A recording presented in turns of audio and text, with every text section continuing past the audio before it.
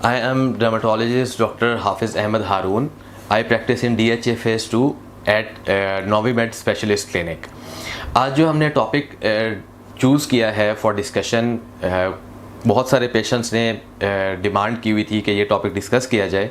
ये है, इसको अगर हम लोग ब्रॉड टर्म में डिफ़ाइन करें तो बिनाइन स्किन ग्रोथ्स, जो स्किन के ऊपर ग्रोथ्स होती हैं ऐसी जो कि बिनाइन है, मतलब मैलिग्नेंट नहीं है, कोई कैंसरस नहीं है।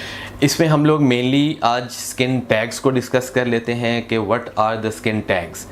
स्किन टैग्स क्या होते हैं कि बॉडी पे जब दो एरियाज़ बॉडी के आपस में रब होते हैं या फ्रिक्शन प्रोड्यूस होती है, उसमें ज़्यादातर स्किन टैग्स जो है वो बन जाते हैं। मतलब ये excessive growth of upper layer of skin है। मतलब जो स्किन की सबसे ऊपर वाली लेयर है उसके सेल्स जो हैं वो एक्सेसिव प्रोड्यूस होते हैं और वो वहाँ पे इकट्ठे हो जाते हैं और एक sort of finger like projection वहाँ पे अपीयर हो जाती है, जिसको हम स्किन टैग कहते हैं। और ये जो फिंगर लाइक प्रोजेक्शन है, इसको मेडिकल या डर्मेटोलॉजिकल टर्म्स में एक्रोकोर्डॉन्स कहते हैं।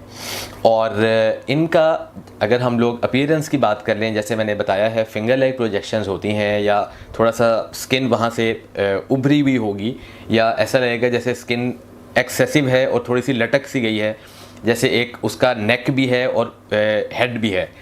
और इसकी जो अपीयरेंस है या इसका जो कलर है वो मोस्टली स्किन के कलर जैसा ही होता है। कुछ पेशेंट्स में ये थोड़ा सा डार्क कलर्ड भी हो सकता है। अब इसकी कॉजेज़ क्या हैं? कॉजेज़ इसकी मल्टीपल आती हैं। जैसे अगर तो किसी का वेट गेन हो रहा है उसमें भी ये अपीयर हो जाते हैं। अगर किसी बहुत ज़्यादा ओबीज पेशेंट ने वेट लूज़ किया है तो उसमें भी ये अपीयर हो जाते हैं। कई दफ़ा पेशेंट्स को डायबिटीज़ के साथ ही अपीयर होना शुरू हो जाते हैं। कुछ पेशेंट्स में प्रेगनेंसी में ये अपीयर होना शुरू हो जाते हैं। और एक जो क्वेश्चन इसमें कई पेशेंट्स का होता है कि आर दे कॉन्टेजियस, कि अगर जो किसी पेशेंट को एक्रोकोर्डॉन या स्किन टैग बना हुआ है तो उसको टच करने से किसी और साथ वाले को हो सकता है, तो ऐसा नहीं होता, ये कॉन्टेजियस नहीं होते। और अगर अब हम इसकी मैनेजमेंट की बात कर लें तो ये ज़्यादातर हमें रिमूव ही करने पड़ते हैं। और रिमूव करने का जो मेथड है वो 3 मेथड्स हैं हमारे पास। या तो हम लोग इसको किसी शार्प इंस्ट्रूमेंट से सर्जिकली रिमूव कर सकते हैं।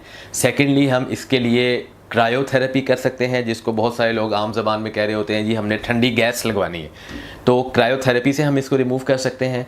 और थर्डली इसको हम लोग कॉटरी से, मतलब हीट दे के उससे हम इसको रिमूव कर सकते हैं और जो इसका स्कार है वो थोड़े अरसे में हील अप हो जाता है। तो ये था one of the benign skin growths. इसके अलावा भी काफ़ी सारी बिनाइन स्किन ग्रोथ्स हैं, जैसे कि वायरल वॉट्स होते हैं या प्लेन वॉट्स होते हैं और फिलीफॉर्म वॉट्स होते हैं। वो काफ़ी सारी वॉट्स की फर्दर टाइप्स हैं, तो वो हम इंशाल्लाह नेक्स्ट वीडियो में डिस्कस करेंगे। Thank you.